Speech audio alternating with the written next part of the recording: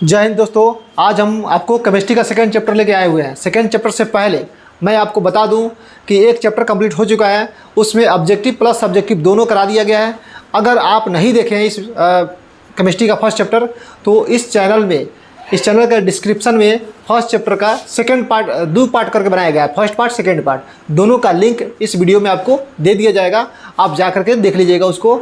उसमें बहुत बारीकी से समझाया गया है आयन के बारे में, फिर रिएक्शन के बारे में, उसको डिटेल में आप पढ़िएगा उसमें तो आपको बिल्कुल क्लियर समझ में आएगा। उसके बाद हम इस चैप्टर में पढ़ने वाले हैं अम्ल, भस्म और लवण। दो सेकंड चैप्टर आपका है अम्ल, भस्म और लवण। इस तीनों को एक एक करके यहाँ पे पढ़ेंगे ताकि आपको बिल्कुल बारीकी से समझ में आ जाए। चलिए हम स्टार्ट करते हैं। सबसे पहले यहाँ पे देखते हैं, आपके पास आता है क्षारक और क्षार। ठीक है, क्षारक और क्षार। तो थोड़ा सा मैं इंट्रोडक्शन कर दूँ क्षारक और क्षार का क्या होता है। जैसे कि आपको क्षारक और क्षार दिखाई दे रहा है बोर्ड पे, तो क्षारक और क्षार, तो क्षारक जो होता है जल में नहीं घुलता है और क्षार जो होता है जल में घुल जाता है। ये काम करते हैं। इस चैप्टर में आपका जो नाम था अम्ल, भस्म और लवण, तो ये तीन पे थोड़ा सा चर्चा कर लेते हैं। अम्ल जो होता है ये स्वाद में आपका खट्टा होता है। क्या होता है? अम्ल स्वाद में खट्टा होता है। और भस्म जो होता है ये स्वाद में आपका क्या होता है? कड़वा होता है। और लवण आपका नमकीन होता है। ये तीन चीज़ आपको अच्छे से समझ में आ गया। चलिए तो मैं यहाँ पे बात करता हूँ अब क्षारक और क्षार पे। तो क्षार क्या होता है? क्षार, भस्म यानी क्षार, ठीक है, वो क्या होता है? कड़वा होता है। तो यहाँ पे क्षारक और क्षार का बात हो रहा है। तो देखिए क्षारक और क्षार में निम्नलिखित अंतर है। सभी क्षारक जल में विलीय नहीं होते हैं, यानी जितने भी क्षारक होते हैं सब के सब जल में विलीय नहीं होते हैं। कुछ विलीय होते हैं लेकिन बाकी सब विलीय नहीं होते हैं। उसके बाद सभी क्षार जल में विलीय होते हैं। क्षार जितना भी होते हैं सब के सब जल में घुल जाते हैं। विलय करने का मतलब घुलना होता है। ठीक है, सभी क्षारक क्षार नहीं होते हैं, यानी जितने भी क्षारक होते हैं ये क्षार नहीं होते हैं और सभी क्षार क्षारक होते हैं। जैसे आप समझिए, बोलते हैं ना कि सभी अयस्क खनिज होते हैं और सभी खनिज अयस्क नहीं होते हैं। अभी भी कन्फ्यूजन वाला वर्ड है। जैसे मान लीजिए कि जितना भी धरती पे आपको दिखाई देता है पृथ्वी के अंदर सारे का सारे खनिज होते हैं और उसमें से कुछ अयस्क निकाले जाते हैं, यानी उसमें से छांट करके निकाले जाते हैं। तो जो निकला हुआ है वो एकदम अलग है और जो नहीं निकला है वो सब उसी में मिक्स है। तो जो सब मिक्स है उसको क्या बोलते हैं? खनिज बोलते हैं। और जो अलग हो गया उसको अयस्क बोलते हैं। तो उसी तरह से यहाँ पे क्षार और क्षारक में अंतर है तुम्हारा, थोड़ा सा इसको देख लीजिए। उसके बाद आइए कुछ प्राकृतिक क्षार जिनमें उपस्थित अम्लों के नाम हैं। अब जैसे यहाँ पे सिरका है, तो सिरका में कौन सा अम्ल पाया जाता है? एसिटिक अम्ल पाया जाता है। सिरका में एसिटिक अम्ल पाया जाता है। और संतरा में और नींबू में साइट्रिक अम्ल पाया जाता है। क्या पाया जाता है इसमें? साइट्रिक अम्ल पाया जाता है। उसके बाद फिर यहाँ पे देखिए इमली में कौन सा अम्ल पाया जाता है? टार्टरिक अम्ल। टमाटर में ऑक्सीजन अम्ल पाया जाता है ऑक्सीजन, ऑक्जेलिक अम्ल होगा इसमें। यहाँ पे आपका टमाटर में क्या होगा? ऑक्जेलिक अम्ल होता है। क्या होता है? ऑक्जेलिक। टमाटर में ऑक्जेलिक अम्ल होता है, ऑक्जेलिक अम्ल। और खट्टा दूध दही में क्या होता है? लैक्टिक अम्ल होता है। चिट्टी के डंक, एक चिट्टी देखना आप लोग जो भूरा कलर का चिट्टी होती है, ब्राउन कलर का, उसके जो डंक में होता है फॉर्मिक अम्ल पाया जाता है। जब डसती है ना तो यहाँ पे चटका सा उग जाता है इतना सा, और उसमें क्या होता है? डंक से निकल करके वही चला जाता है, वही क्या होता है? फॉर्मिक अम्ल होता है। यानी उसको हम मेथेनोइक अम्ल भी बोल सकते हैं। उसके बाद नेटक का पौधा फॉर्मिक अम्ल या मेथेनोइक अम्ल पाया जाता है। नेटक का जो पौधा होता है उसमें भी क्या होता है? फॉर्मिक अम्ल या एथेनोइक अम्ल पाया जाता है। उसके बाद मधुमक्खी के डंक में, कभी कभी मधुमक्खी काटा है, महसूस किया आपने? जैसे अगर एक बार अगर यहाँ पे काट लिया, ठीक है, तो क्या होगा? पूरा चेहरा एकदम से फूल के पूरा बन जाएगा आपका गेंदा की तरह। ठीक है, कैसे बन जाएगा? गेंदा की तरह। अगर किसी को यहाँ पे काट लिया तो पूरा मुंह ऐसे फूल जाता है, उसका लगेगा कि एकदम क्या हो गया वहाँ पे। अब यहाँ पे सेब देखिए, सेब में क्या होता है? मौलिक अम्ल पाया जाता है। मक्खन ब्यूट्रिक अम्ल। अमाशय रस जो हमारे पेट में बनता है, अमाशय रस, उसका क्या है? हाइड्रोक्लोरिक अम्ल पाया जाता है उसमें। चाय में टैनिक अम्ल पाया जाता है। जठर रस में गैस्ट्रिक अम्ल पाया जाता है। बिच्छू के डंक में फॉर्मिक अम्ल पाया जाता है। बिच्छू के डंक में और चिट्टी वाला में, दोनों में क्या होता है? फॉर्मिक अम्ल पाया जाता है। और एक और है आपका मधुमक्खी के डंक में। याद रखिएगा तीनों। आपको सिर्फ लाल चिट्टी के बारे में पता होगा लेकिन यहाँ पे तीन को याद रखिए। एक आपका लाल चिट्टी, मधुमक्खी और आपका बिच्छू। लाल चींटी, मधुमक्खी और बिच्छू तीनों में क्या पाया जाता है? फॉर्मिक अम्ल पाया जाता है। किस में? उसके डंक में। ठीक है, चलिए अब उसके बाद हम आते हैं अपने पीएच स्केल पे। ठीक है, अब यहाँ से पीएच स्केल देखिए, ये सब आपका था। यहाँ पे लास्ट में देख लीजिए, चींटी के डंक में पौधे के फॉर्मिक अम्ल और इधर से आपका बिच्छू। अब यहाँ से हम पीएच मान की बात करते हैं। पीएच मान किसी बिलियन में उपस्थित हाइड्रोजन आयन की सांद्रता को उस बिलियन का पीएच मान कहते हैं। यानी किसी भी घोल है उसमें क्या होगा? हाइड्रोजन उपस्थित होगा, उसकी सांद्रता को देख करके हम बताएंगे उसका पीएच मान उसमें कितना है। बिलियन में हाइड्रोजन आयन की मात्रा का सांद्रता कहते हैं। यानी जो सांद्रता होता है वो बिलियन में हाइड्रोजन की मात्रा देख करके हम बताएंगे कि उसमें कितना सांद्रता हो रहा है। पीएच मान का मतलब क्या होता है? जैसे पी से देखिए पोटेंग पावर, और हाइड्रोजन एच से आपका होता है potenz hydrogen, potenz of hydrogen, power of hydrogen. ठीक है, ये आपका पीएच स्केल का मतलब है यहाँ पे। उसके बाद देखिए पीएच स्केल, वह स्केल जिसकी सहायता से किसी बिलियन का पीएच मान ज्ञात किया जा सकता है उसे पीएच स्केल कहते हैं। जैसे मान लीजिए किसी भी, जैसे सिरका हो गया या पसीना हो गया या ब्लड हो गया, इसके पीएच स्केल हम मापते हैं। ठीक है, पीएच स्केल मापते हैं कि उसमें पीएच मान कितना हो रहा है। जैसे जल है तो जल का पीएच मान कितना होता है? 7 होता है। उसको हम नापे हुए हैं, क्योंकि उसमें ना कलर होता है ना ही उसमें कोई स्वाद होता है। ठीक है, ना ही तुमको खट्टा लगता है और ना ही तुमको कड़वा लगता है, एकदम नॉर्मल रहता है। तो उसको पीएच मान कितना पे रखा गया है? 7 पे रखा गया है।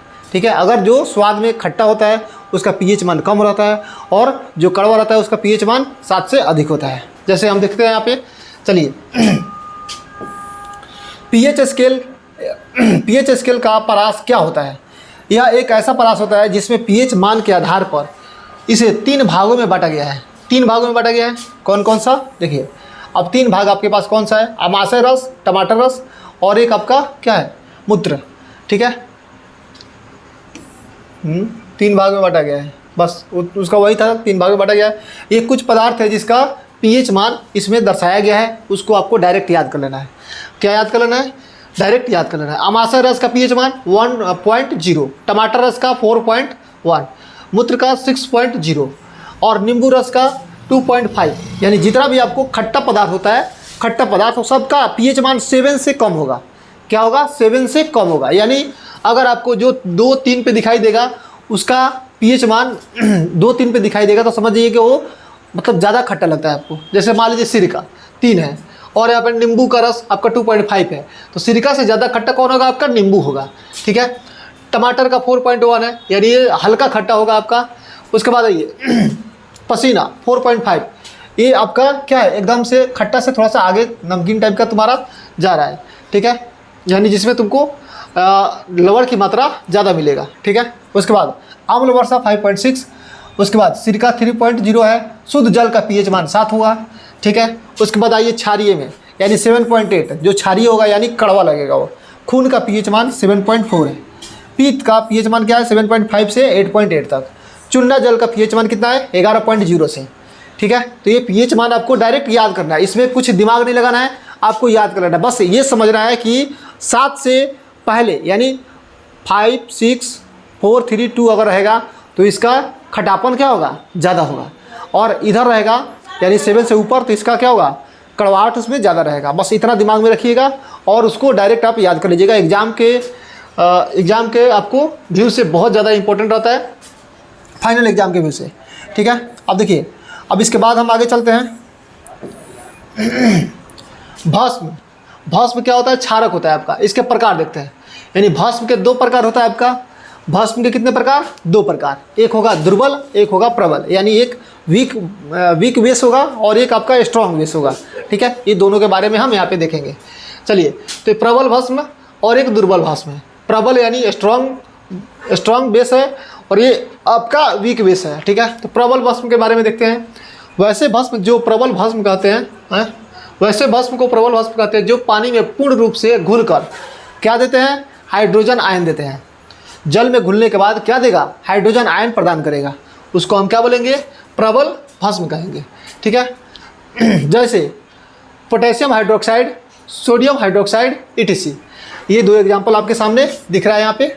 चलिए, उसके बाद दुर्बल भस्म क्या होता है? दुर्बल भस्म देखिए, वैसे भस्म को यहाँ पे दुर्बल भस्म कहते हैं। क्या होगा? दुर्बल। वैसे भस्म को दुर्बल भस्म कहते हैं जो पानी में आंशिक रूप में घुलकर हाइड्रोजन आयन प्रदान करता है। कौन सा आयन? हाइड्रोजन आयन प्रदान करता है। हाइड्रोक्साइड आयन प्रदान करता है। किसमें घुलकर? जल में घुलकर। जैसे यहाँ पे कैल्शियम हाइड्रोक्साइड है, जब जल में घुलाएंगे तो क्या मिलेगा हमें? हाइड्रोक्साइड आयन प्रदान करेगा यहाँ से। फिर मैग्नीशियम हाइड्रोक्साइड है, इसको जल में डालेंगे तो क्या बनाएगा? मैग्नीशियम हाइड्रोक्साइड अलग अलग बनाएगा आपको। क्लियर? यहाँ तक आपको प्रबल भस्म और दुर्बल भस्म समझ में आ गया। अब अगला है भस्म। एंटासिड खाना पचाने में, यानी भस्म जो होता है एंटासिड खाना पचाने में, जैसे खाने वाला सोडा, इनो बोल सकते हैं। इनो आप देखे होंगे तो उसको खाने से क्या होता है कि हमारा जो अनपच रहता है पेट में वो पच जाता है। ठीक है, चलिए अब इसमें भी देखिए, जैसे मान लीजिए कि अम्ल और भस्म का जब रिएक्शन कराते हैं तो क्या होता है? उदासीन और लवण बनाता है। मैंने रिएक्शन में आपको बताया था पिछले वीडियो में। तो इसमें देखिएगा इनो अगर होगा ना, इनो आपके पास तो इनो को क्या कीजिएगा, जैसे आप चखते हैं तो इनो आपको कड़वा लगता है। कैसा लगता है? कड़वा लगता है। और जैसे हमारे शरीर से जैसे हम ज़्यादा अगर कुछ खा लेते हैं तो एक ढकार टाइप का आता है। ढकार जो होता है वो हमारा खट्टा होता है, खट्टा ढकार होता है। ठीक है, खट्टा ढकार के नाम से जानते हैं। अब उसमें हम क्या करते हैं? इनो को घोल बना के जैसे पीते हैं तो ये अंदर जाकर रिएक्शन करता है। जब अंदर रिएक्शन करेगा तो एकदम न्यूट्रल कर देगा, यानी जो भी आपके अंदर गैस बना रहेगा उसको बाहर निकाल देगा। और उसके बाद आपको एकदम अच्छा फील होगा कि चलो अब हमारे पेट में जो भी था अब अनपच नहीं महसूस होगा, एकदम से आपको अच्छा फील होगा। ठीक है, तो ये आपको काम करता है उसमें। चलिए उसके बाद नेक्स्ट पॉइंट देखते हैं। अब यहाँ पे रंजक है, रंग पैदा करने वाला। अब रंजक में जैसे मान लीजिए कि आपको मैंने बताया, अब यहाँ पे रंग पैदा करना है। ठीक है, जैसे आप रंग इसमें देखते हैं, मेरे पास अगर एक हल्दी रहेगा, हल्दी का पिसा हुआ पाउडर, तो उसको क्या करेंगे, अगर उसमें सरफ हम थोड़ा सा ला कर मिला देंगे तो एकदम से आपको रेड दिखाई देगा, यानी लाल दिखाई देगा। ठीक है, ये रिएक्शन करके क्या बनाया? लाल बनाया। तो उसमें क्या होता है कि हल्दी जो होता है, हल्दी और सरफ, तो सरफ क्या होता है? आपका क्षारीय होता है, यानी अगर सरफ को आप चखते हैं तो कड़वा लगेगा।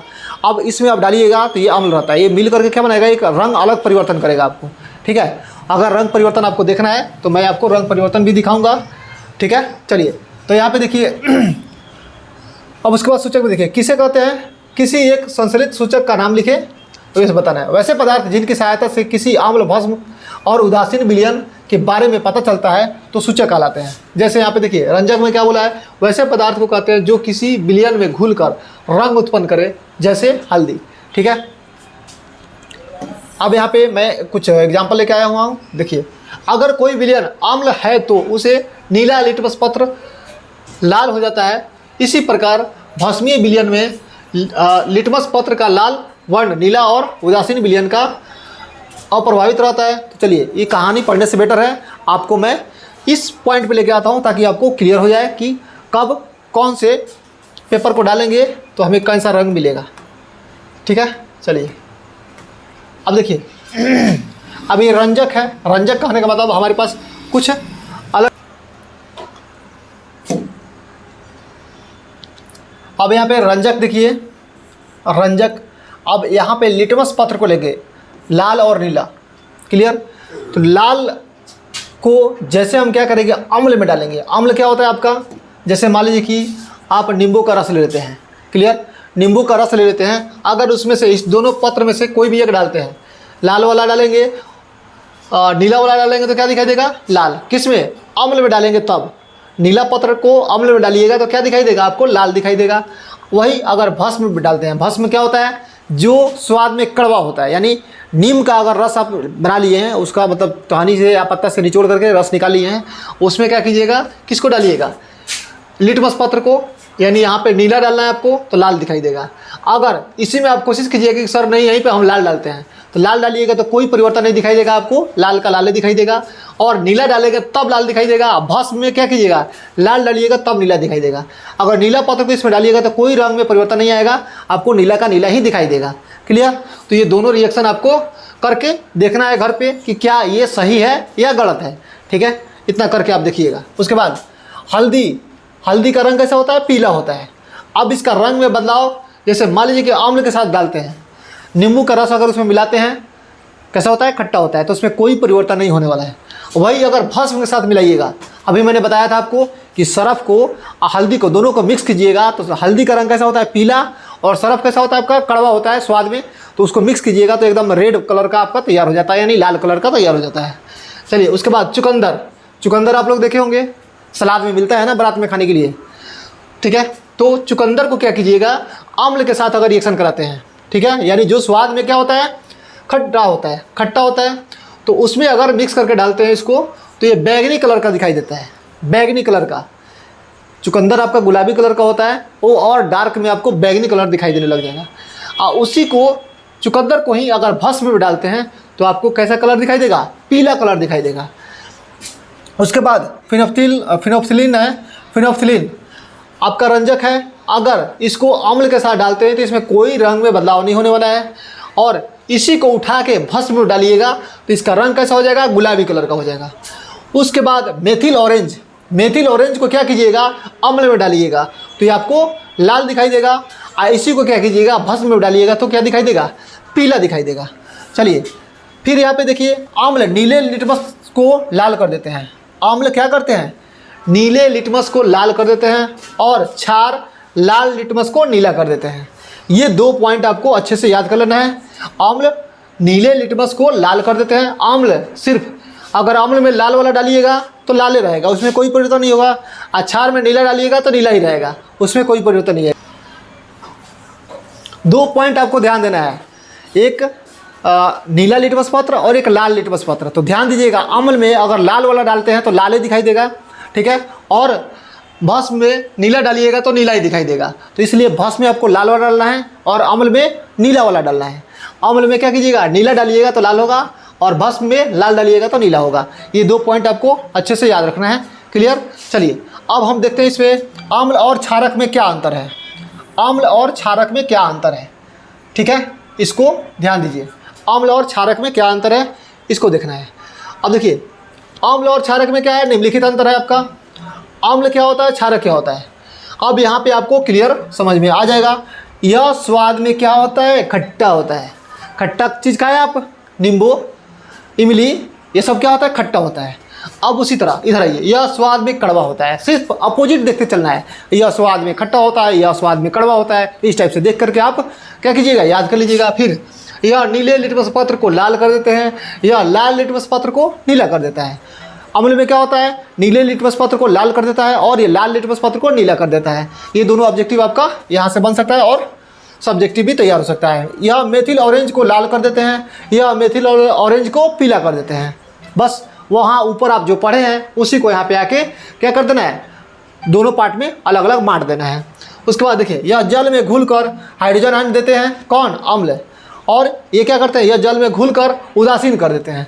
जैसे क्षार को अगर जल में डालते हैं, जैसे मान लीजिए कि आपका इनो है, इनो जैसे आप पीजिएगा तो क्या होगा? रिएक्शन करके उदासीन कर देता है, यानी न्यूट्रल कर देता है, आपको एकदम मिजाज फ्रेश कर देगा, ठीक है। उसके बाद इसका पीएच मान 7 से कम होता है। किसका? अम्ल का पीएच मान 7 से कम होता है।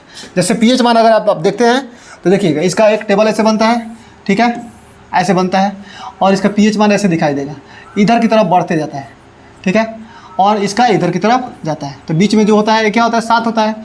इधर से 6, 5, 4, 3, 2, 1। इधर क्या होता है? 8, 9, 10, 11, 12, 13, 14, ऐसे इसका बढ़ते हुए चला जाता है। तो यही पीएच मान क्या होता है? 7 से कम होता है। तो इधर अम्ल होता है, इधर क्षारीयता बढ़ते जाता है, इधर अम्लीयता बढ़ते जाता है, ठीक है। तो इधर अम्लीयता बढ़ता है, इधर क्षारीयता बढ़ता है, यही देखना है आपको।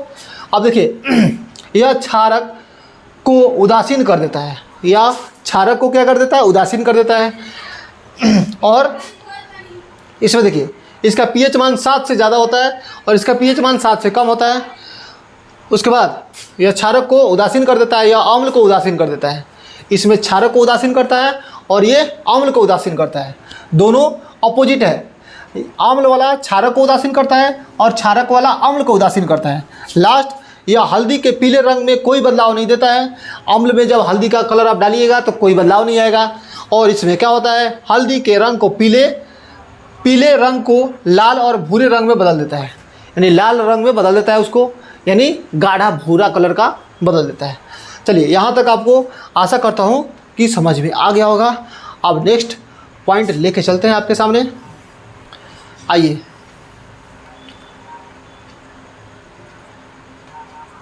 गुण के आधार पर परिभाषा।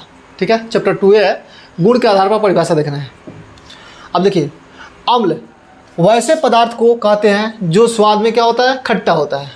जैसे अम्ल आपका होता है, एसिड बोलते हैं इसको, ये लैटिन शब्द है, और एसिड का मतलब क्या होता है, खट्टा होता है। ठीक है, आरहेनियस के अनुसार अम्ल का परिभाषा बताना है आपको। किसके अनुसार? आरहेनियस के अनुसार अम्ल की परिभाषा आपको बताना है। अब देखिए, आरहेनियस के अनुसार वैसा पदार्थ जो जल में घोलने पर हाइड्रोजन आयन प्रदान करते हैं उसे अम्ल कहते हैं।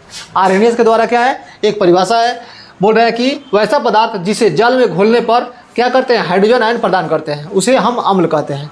उसके बाद हाइड्रोजन आयन यह मुक्त अवस्था में नहीं हो पाता है। जैसे यहाँ पे देखिए H+H2O है, जैसे इसको हम रिएक्शन कराएंगे तो क्या होगा, हाइड्रोनियम आयन बन जाएगा। ये आपका H3O जो होता है, ये हाइड्रोनियम आयन का सूत्र होता है। ठीक है, अब यहाँ पे देखिए आपको दिखाई दे रहा होगा, जैसे अम्ल प्लस पानी, अम्ल प्लस पानी को अगर मिलाते हैं, यानी जल में अगर किसी भी अम्ल को मिलाएंगे तो क्या हो जाएगा, वहाँ पे आपको हाइड्रोजन आयन प्रदान करेगा। क्या करेगा, हाइड्रोजन आयन प्रदान करेगा, यानी H+ आपको यहाँ से दिखाई देगा कि निकल रहा है। फिर उसके बाद HCl भी आपका क्या होता है, अम्ल होता है, और ये आपका क्या है, पानी का सूत्र है। अब इसमें रिएक्शन कराइएगा तो यहाँ से हाइड्रोजन आयन आपको निकल जाएगा।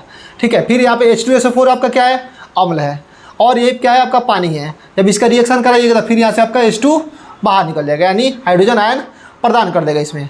फिर उसके बाद कार्बोक्सिलिक एसिड आपको दिख रहा है, कार्बोक्सिलिक एसिड को जल के साथ अभिक्रिया कराइएगा तो यहाँ भी आपको हाइड्रोजन आयन निकल जाएगा। क्लियर। उसके बाद फिर देखिए यहाँ पे आपका नाइट्रिक अम्ल दिख रहा है, नाइट्रिक अम्ल को जल के साथ अभिक्रिया कराइएगा, यहाँ भी आपका हाइड्रोजन आयन निकल जाएगा, यानी हाइड्रोजन आयन यहाँ पे प्रदान कर रहा है। उसके बाद आइए अब अम्ल के प्रकार देखते हैं। अम्ल के प्रकार, अम्ल के प्रकार, अम्ल के 2 प्रकार होते हैं। अभी मैंने उधर भस्म के प्रकार देखे हैं, यानी प्रबल भस्म और दुर्बल भस्म। अब आते हैं अम्ल पे, इसमें भी देखेंगे प्रबल अम्ल और दुर्बल अम्ल। तो प्रबल मतलब क्या होता है, मजबूत, यानी इसको स्ट्रॉन्ग एसिड बोलते हैं, और दुर्बल मतलब वीक एसिड बोलते हैं। तो वही यहाँ पे आपको डिफरेंस देखना है कि प्रबल भस्म, प्रबल अम्ल, प्रबल अम्ल है।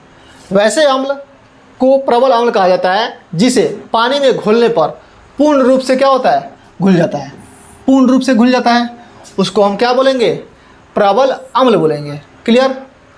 अब देखिए, पूर्ण रूप से घुलकर क्या करेगा, हाइड्रोजन आयन प्रदान करेगा। पूर्ण रूप से घुलेगा लेकिन हाइड्रोजन आयन को प्रदान करेगा इसमें। जैसे हाइड्रोक्लोरिक अम्ल किस में घोलेंगे, यहाँ पे देखिए अम्ल कहा जाता है जो पानी में घोलने पर, कहाँ पे, पानी में। अभी जो मैंने रिएक्शन बताया था आपको ऊपर कि पानी में अगर अम्ल के साथ घोलते हैं तो क्या होगा, वहाँ पे आपको हाइड्रोजन आयन प्रदान करेगा। जैसे हाइड्रोक्लोरिक अम्ल हो गया, उसके बाद आपका सल्फ्यूरिक अम्ल हो गया, उसके बाद नाइट्रिक अम्ल हो गया। ये सब क्या होता है, आपको जल में जैसे घुलाएंगे, इसके साथ जल के साथ घुलाएंगे ये सबको, तो क्या करेगा, उसमें हाइड्रोजन आयन प्रदान करेगा। अब आते हैं दुर्बल अम्ल, यानी वीक एसिड। वैसे अम्ल को दुर्बल अम्ल कहा जाता है जो पानी में आंशिक रूप से घुलकर क्या करते हैं, हाइड्रोजन आयन प्रदान करते हैं। जैसे यहाँ पे देखिए कार्बोक्सिलिक एसिड, और आपको यहाँ पे दिख रहा है कार्बोनिक एसिड। ये दोनों आपको एग्जाम्पल दिख रहा है। जैसे इसको अगर पानी में घोलेंगे तो आंशिक रूप से, आंशिक रूप कहने का मतलब बहुत कम घुलेगा, फिर भी हाइड्रोजन आयन आपको वहाँ पे देगा। ठीक है। उसके बाद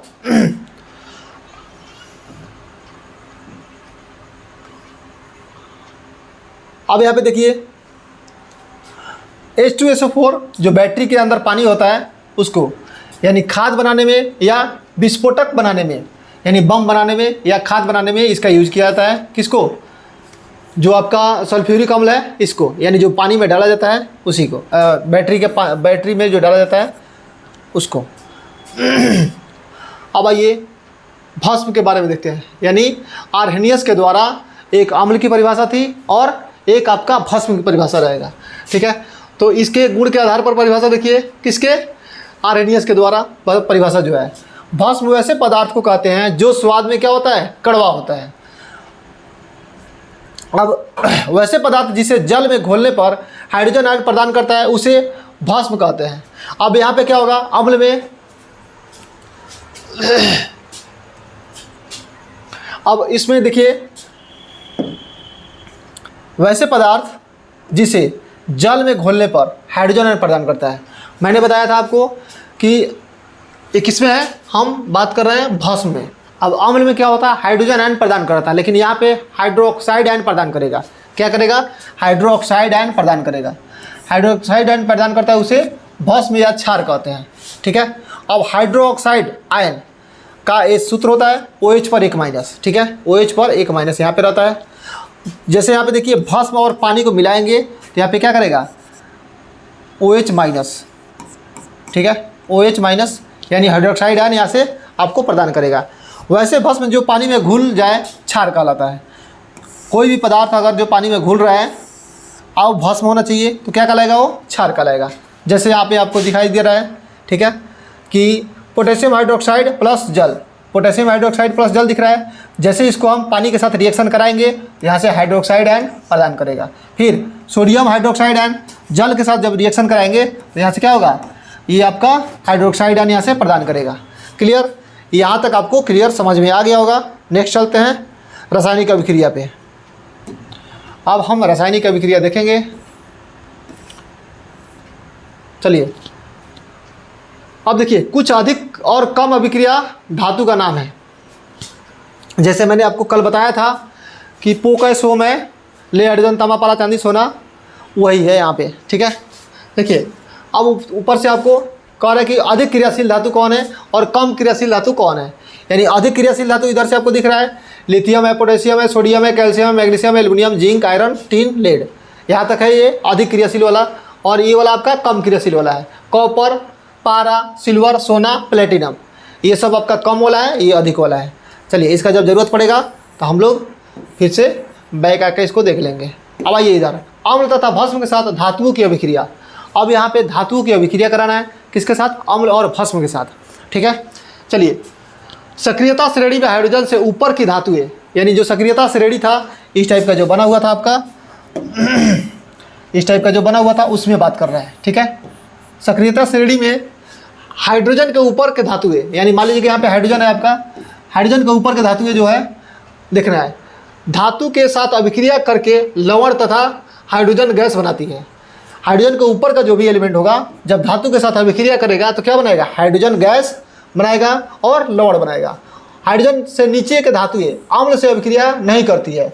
जो हाइड्रोजन के नीचे का धातु होगा, ले हाइड्रोजन तांबा पारा चांदी सोना, हाइड्रोजन नीचे कौन कौन है, 4 गो, ले यानी लेड, पीवी, ले हाइड्रोजन तांबा पारा चांदी सोना, ठीक है। तो ये सब क्या करेंगे, अम्ल से अभिक्रिया नहीं करते हैं जब तक उसमें कोई ऑक्सीकारक न डाला जाए। यानी उसमें जब तक कोई ऑक्सीकारक नहीं मिलेगा तब तक वो क्या करेगा, अभिक्रिया नहीं कर पाएगा। अब यहाँ पे कुछ एग्जांपल देखिए, जैसे ये Zn है, ये आपका H2SO4 है और ये रिएक्शन करेगा। मैंने पिछले वीडियो में बताया था आपको कि एक सलमान खान वाला रिएक्शन, इसको याद कीजिएगा, ठीक है। यानी जिसके पास जितना पावर रहेगा, इसके पास पावर है यानी सक्रियता ज़्यादा है, किससे, तो यहाँ पे आपका हाइड्रोजन से, हाइड्रोजन से सक्रियता इसका ज़्यादा है तो ये क्या करेगा, इसको धक्का मार के यहाँ से हटा देगा। जैसे इसको धक्का मारेगा तो ये बेचारा यहाँ पे आ जाएगा, ठीक है, और Zn इसके साथ चिपक जाएगा। क्लियर। फिर वैसे ही देखिए, ये फेरस है और यहाँ पे क्लोरीन है, ठीक है। अब ये धातु के साथ अभिक्रिया कर रहा है, ठीक है, धातु के साथ अभिक्रिया करेगा तो बताइए क्या होगा। अब यहाँ से हाइड्रोजन को क्या करेगा, ये हटाएगा, यानी हाइड्रोजन से अधिक क्रियाशील है, ले हाइड्रोजन तांबा पारा चांदी सोना, याद रखिएगा। तो क्या करेगा, हाइड्रोजन के यहाँ से हटाएगा और इसके साथ ये आ जाएगा। क्लियर। अब आते हैं नेक्स्ट भस्म पे।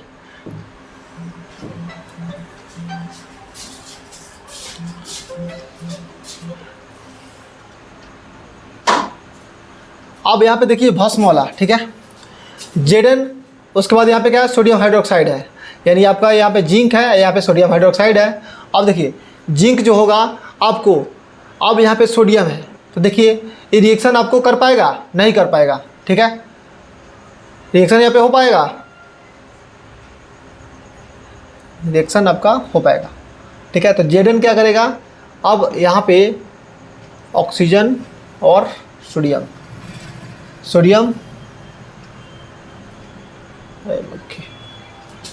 अब इसका रिएक्शन यहाँ पे तैयार हो गया, aluminium plus sodium hydroxide ion. तो सोडियम हाइड्रोक्साइड आयन बनाया गया यहाँ पे, फिर यहाँ पे आपका H2 बाहर चला जा रहा है। ठीक है, चलिए फिर यहाँ पे देखिए, धातु के साथ अम्ल की अभिक्रिया होने पर समानतः कौन सी गैस निकलती है, एक उदाहरण दीजिए। जब धातु के साथ अम्ल की अभिक्रिया कराएंगे तो कौन सी गैस निकलेगा, उस पर ध्यान देना है। ठीक है, अब देखिए, जब धातु के साथ किसी अम्ल की अभिक्रिया होती है तो प्रायः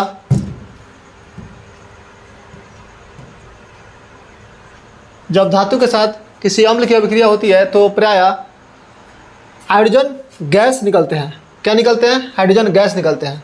यानी अब देखिए, ये Zn है, ठीक है, और यहाँ पे आपका H2SO4 है।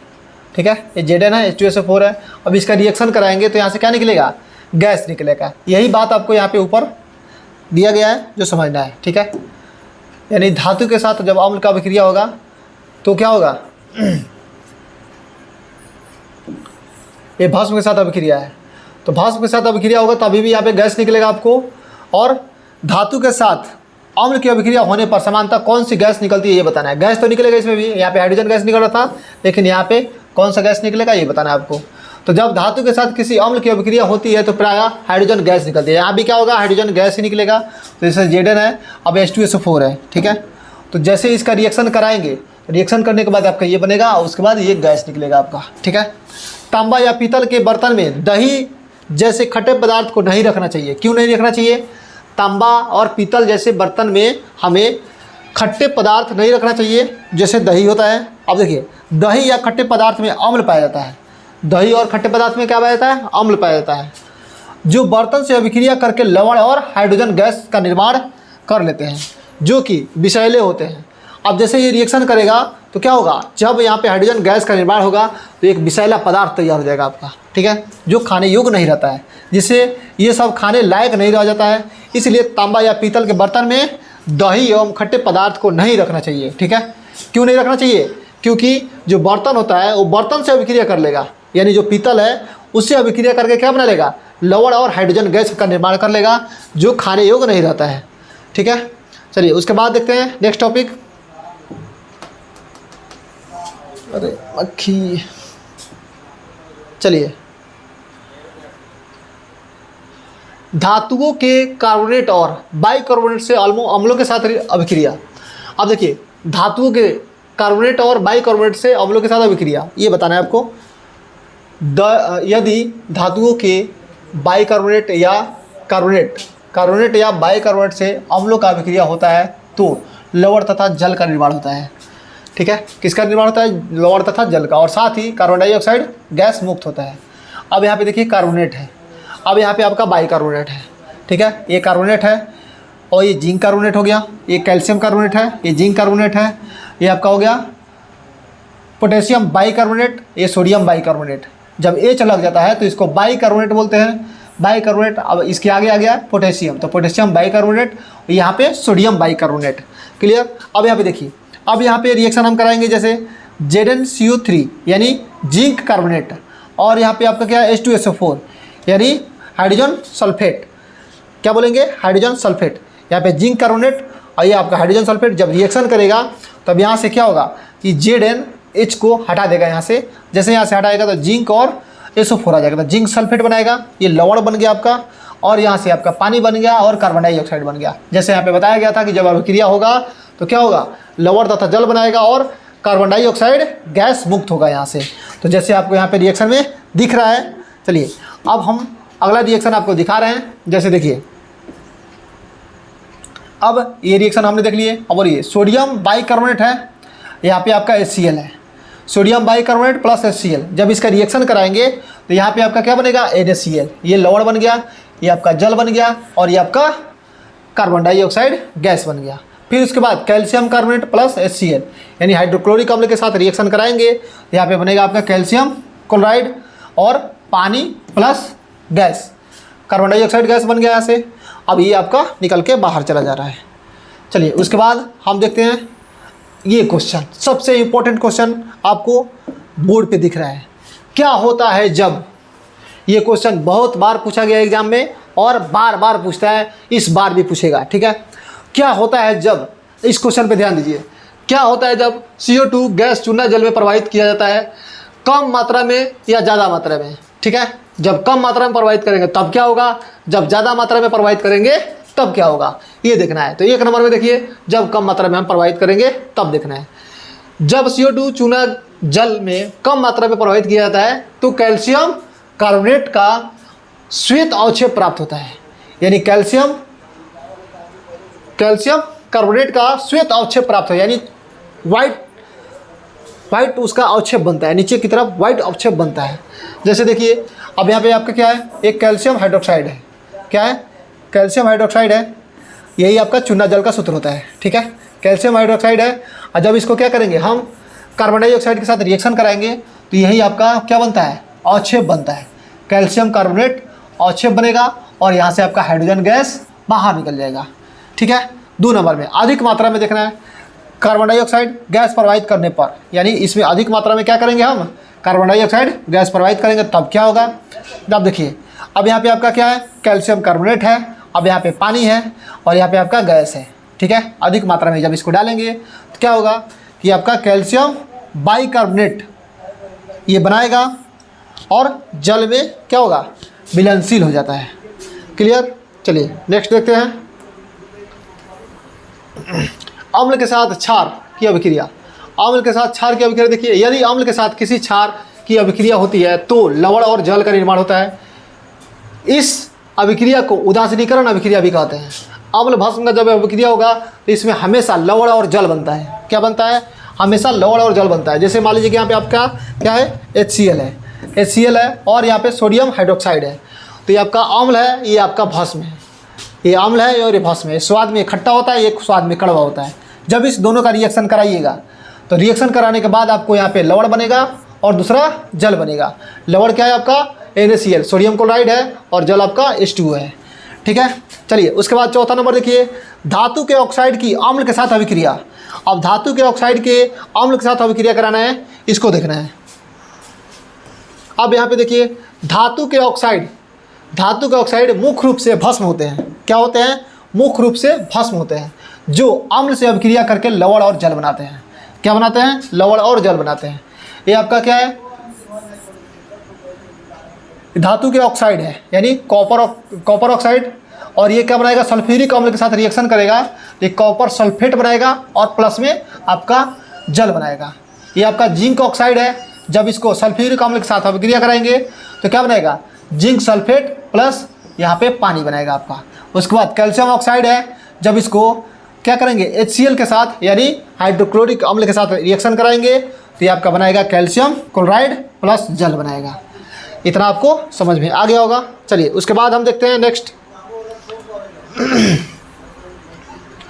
मिट्टी का pH मान क्या होता है। मिट्टी का pH मान क्या होता है, ये देखना है। मिट्टी का pH मान क्या होता है, इसको देखिए। मिट्टी का pH मान 7 के आसपास रहने पर ही अधिकांश पौधे की वृद्धि संतोषजनक ढंग से होती है। मिट्टी के अत्यधिक अम्लीय या क्षारीय होने पर, मिट्टी के अधिक अम्लीय या क्षारीय होने पर क्या होता है, पौधे में वृद्धि बाधित हो जाती है। मिट्टी के अत्यधिक अम्लीय रहने पर उसमें कली चूना, भखरा चूना या कैल्शियम कार्बोनेट डालकर उसे pH नियंत्रित किया जाता है। अगर मान लीजिए कि कोई मिट्टी है जहाँ पे पौधे ढंग से नहीं बढ़ पा रहे हैं, ठीक है, पौधे ढंग से नहीं बढ़ पा रहे हैं तो उसमें क्या कमी है, उसका pH मान क्या होगा, 7 के आसपास, 7 से कम होगा, ठीक है। यानी जब 7 के आसपास रहेगा तो क्या होगा, पौधे में वृद्धि संतोषजनक ढंग से होगा, यानी एकदम खुलेआम उसमें क्या होगा, विकास होगा पौधा में। अगर मिट्टी के अत्यधिक अम्लीय या क्षारीय होने पर, यानी ज़्यादा अम्लीय हो जाएगा तभी भी दिक्कत है, ज़्यादा क्षारीय हो जाएगा तभी भी दिक्कत है, ठीक है। तो उसको मेंटेन रखने के लिए आपको क्या करना पड़ेगा, उसमें कैल्शियम कार्बोनेट मिलाना होगा। कैल्शियम कार्बोनेट, आप देखिए यहाँ पे कली चूना इसी को बोलते हैं, भाखरा चूना इसी को बोलते हैं, किसको, कैल्शियम कार्बोनेट को, यानी CaCO3 इसका सूत्र होता है कैल्शियम कार्बोनेट का, ठीक है।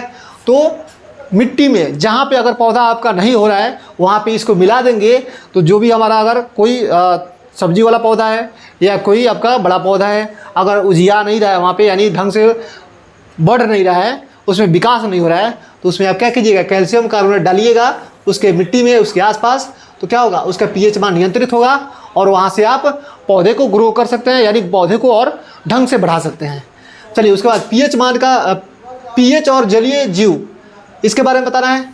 देखिए जल का पीएच एक निश्चित सीमा के अंदर रहने पर ही उसमें वास करने वाली मछलियाँ तथा अन्य जीव सुरक्षित रहते हैं। अगर पीएच जलीय जीव पीएच मान का एक निश्चित सीमा के अंदर, यानी पीएच मान का जो सीमा होगा एक निश्चित होगा, उसके अंदर क्या होगा कि जो भी जलीय जीव होगा या मछली होगा उसमें क्या होगा, सुरक्षित रह पाएंगे। अम्ल वर्षा या अन्य कारणों से जब नदियों तालाबों में का पीएच मान बहुत कम हो जाता है तो जलीय जीव का अस्तित्व संकट में पड़ जाता है। जैसे अम्ल वर्षा होता है, अम्ल वर्षा में क्या होता है, जैसे मतलब ऊपर से अम्ल का बरसात होती है, ठीक है।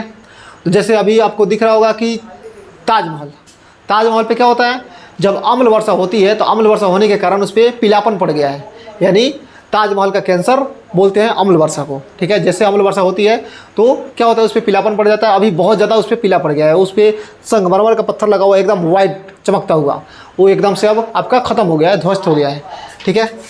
अब उसको वही मतलब अम्ल वर्षा जो होती है, जब नदियों और तालाबों में क्या होता है, पीएच मान बहुत कम हो जाता है, तब इसमें जलीय जीव जो होते हैं उनके अस्तित्व यानी उसका जीवन संकट में पड़ जाता है, ठीक है। प्राकृतिक द्वारा उदासीनीकरण की व्यवस्था।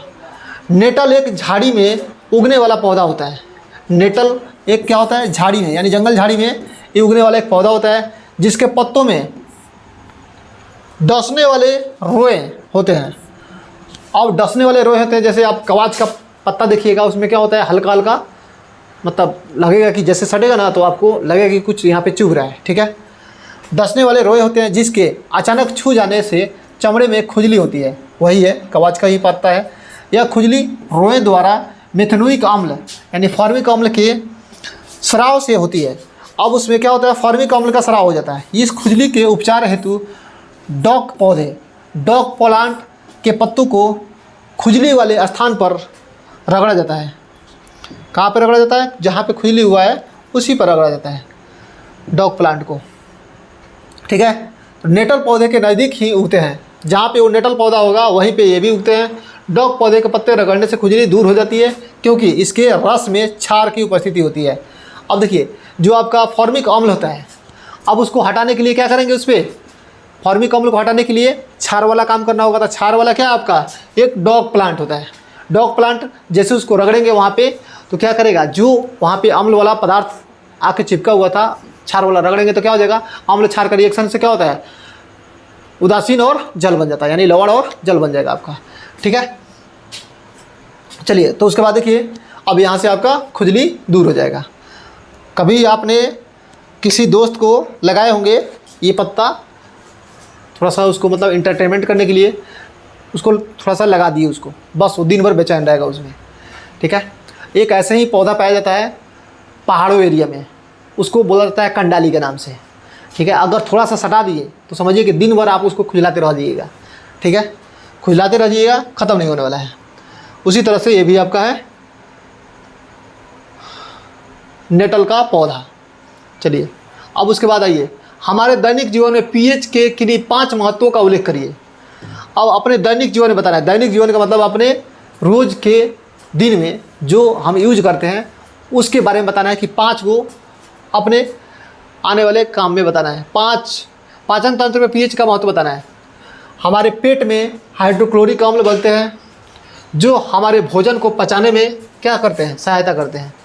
हाइड्रोक्लोरिक अम्ल हमारे पेट में बनता है जो भोजन को पचाने में क्या करता है, सहायता देता है। पहला, पीएच परिवर्तन का दांतों पर प्रभाव। जब मुंह का पीएच मान 5.5 से कम हो जाता है तब दांत के दंतोकल क्षतिग्रस्त होने लगते हैं। हमारे मुंह का लार हल्का क्षारीय होने के कारण कुछ अंश तक अम्ल का उदासीनी बना देता है किंतु शेष अम्ल अप्रवाहित रह जाता है। जैसे मान लीजिए कि अगर आप जो खाए हुए हैं सुबह में और रात में, तो क्या होता है,